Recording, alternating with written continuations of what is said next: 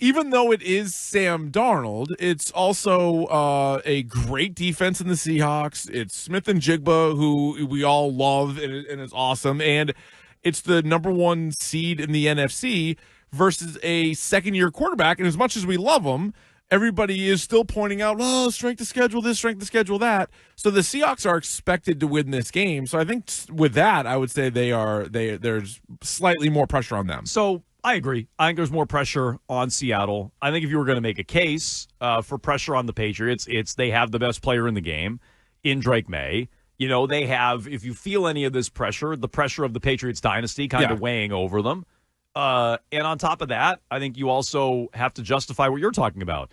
Everybody's questioning them and what they did this year, and did they just get fat and happy on an easy schedule, and was it easy because Bo Nix was hurt in the AFC title game and no Nico Collins in the divisional round? So I think to silence some of that, I guess you could spin that as pressure on the Patriots. I guess. I think there's more on, again, the favorite.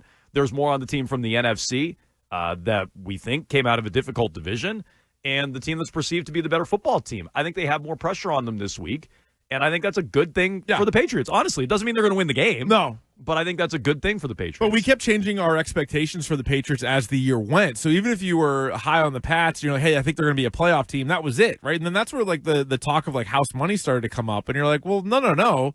Look at the landscape of the AFC. You shouldn't just say because they're ahead of schedule, they should stop right there. And so they'd win the division, which nobody predicted they were going to win the division. Even if you thought they were going to be good, you thought Buffalo would be better. No, we had them in the playoffs, but we didn't have them in the division. Yeah. But then their first round game is home against Herbert. So you're like, all right, well, they got to win that one, right? Because it was like, you know, it's the season of failure, success, all that kind of stuff. But you're like, well, no, they're home favorites against the Chargers. They should win.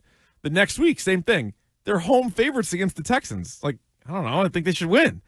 And then they go to Denver, but Bo Nix gets hurt. So you're like, geez, like I think they should win. Oh, I thought that'd be a choke if they lost that. Well, that's what I'm saying. So and I agree. And so now we're to the point where finally it took until the freaking Super Bowl, which goes to show you the kind of season they had. But it's finally in the Super Bowl where you're like, all right, if they lose this game, and also, you know, depending on how you lose it or whatever, you're like, what an unbelievable season.